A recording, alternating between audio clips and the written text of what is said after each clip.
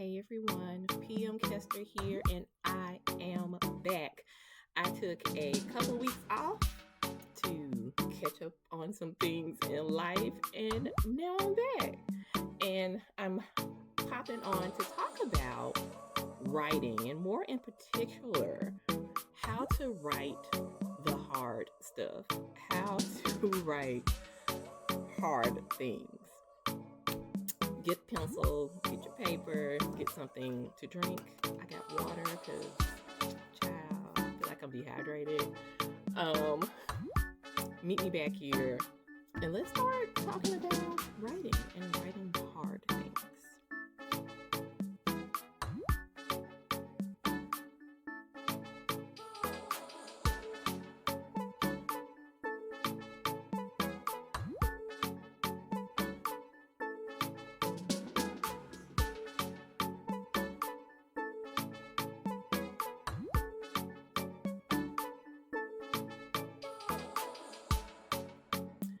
All right, so you know how we always kick things off.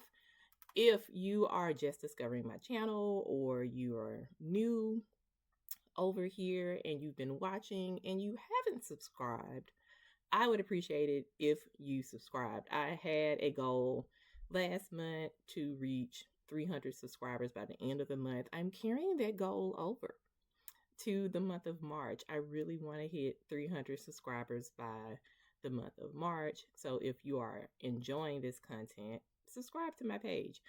There's already a lot of videos. I talk about all things intentional living, right? Taking a break for your career, for money, for relationships. I brought in interviews on my actual podcast. I'm going to bring that in over to the channel coming soon. But if any of what I'm saying is resonating with you, subscribe. I would appreciate it. But today we're talking about writing. Writing is my bag, okay? It's what I do, and it's not something I have really talked about much in the years of how to take a break. But I started my career as a journalist. I love to write. I've been writing since I was little.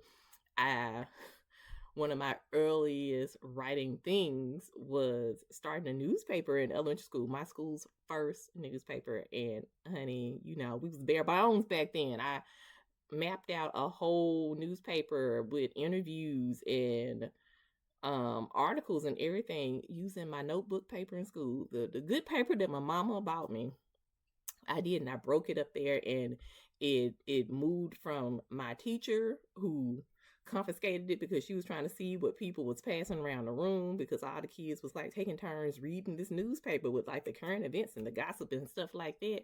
And she took it to the principal, and the principal started this newspaper. So this was elementary school PM Kester.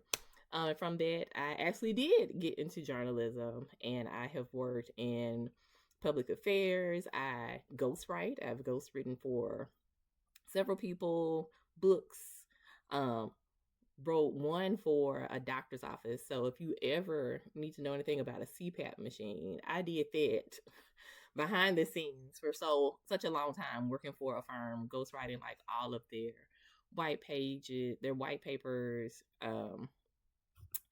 ebooks, and all sorts of things. So I tell people, a lot of stuff that y'all see and you think people are writing, it's not really them. It's like a really good public affairs person. It's a really good communicator working behind the scenes, and they just take credit for it. And that's a whole nother story. We're going to talk about that. If you want to talk more about ghostwriting and just writing in general, drop a comment and let me know. But today we're talking about writing the hard stuff. How did this topic come up? If you look back, or if you were in any of my lives, I did a couple of lives, I believe, in December on writing. It was Friday Night Write. We're going to try to get back into that soon. Life has leveled out some, so I can now give my Friday nights an hour on Friday to writing. But one of the things I mentioned on my first live that I was working on was a book of essays, and something that was difficult for me was some of the essays were very personal. They were dealing with some traumatic things that I've been through in my life, and of course dealing with like my family. And it can be hard to talk about traumatic things, let alone write about them, and especially to write about things where people involved, like, your parents, siblings, even friends, where they may actually read those things. And it's not like you're lying on them, you're telling your story, this traumatic thing that you went through or lessons learned. And it makes it heavy, right? But I also think that we have to tell these hard stories, because it could be what saved some other person. It could be something that resonates so greatly with some other person that it changes the trajectory of their life. I do believe words have power, and words are so useful. If we look at Why the Caged Bird Sings with Maya Angelou, any essay that Oprah Winfrey has written about, like, past sexual assault and traumatic things in their life, people connected with those things because it resonated with some people. It may not resonate with all, but it was something in that vulnerability that they showed in that writing that connects with people. And often as writers, we tell people, and people tell us, writing teachers will tell you to write what you know. And once you write those things, even those essays, once you read it back, you'll recognize that that's the best piece of something that you have ever written. Why? Because you wrote what you know, and it was something so personal to you. So a lot of you shone in that work and came through in that work. So, how do you write the hard things, the traumatic things, the hard things?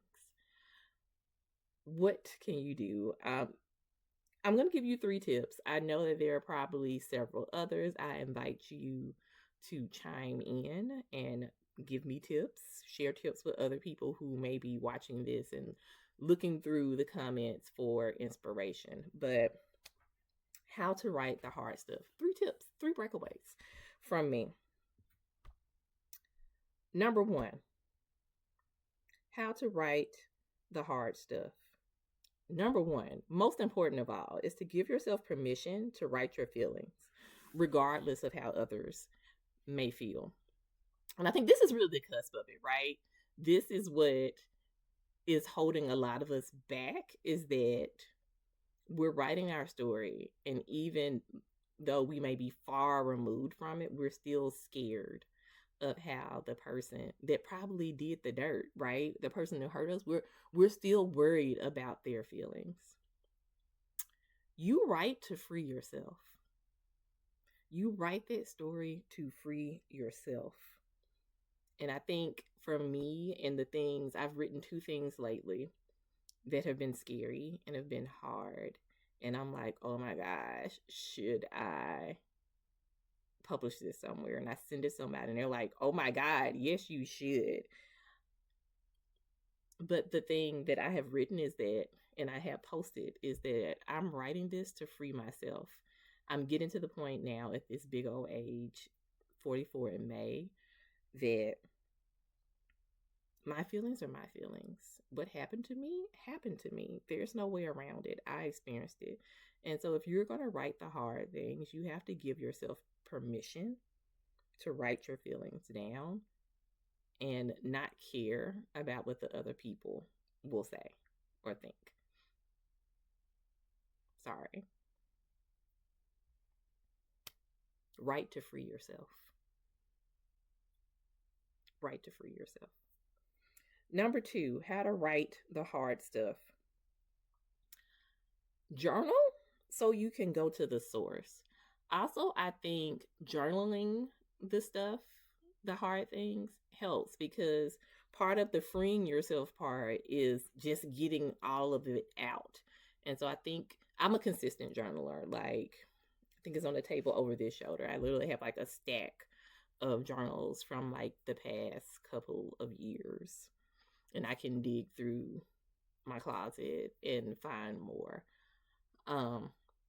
It's been helpful for me writing essays, these personal things about myself, because I can flip back and kind of check myself on my feelings and the accuracy in some things. It's like if I'm remembering something different now, I can check what I wrote some months ago about this.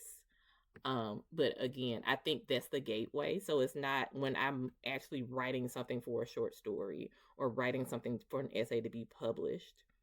The journaling is kind of like the breakthrough writing for me. I've already gotten it out. So now the permission was there. I gave myself permission to write about it via my journal. Now I can like be for real about it.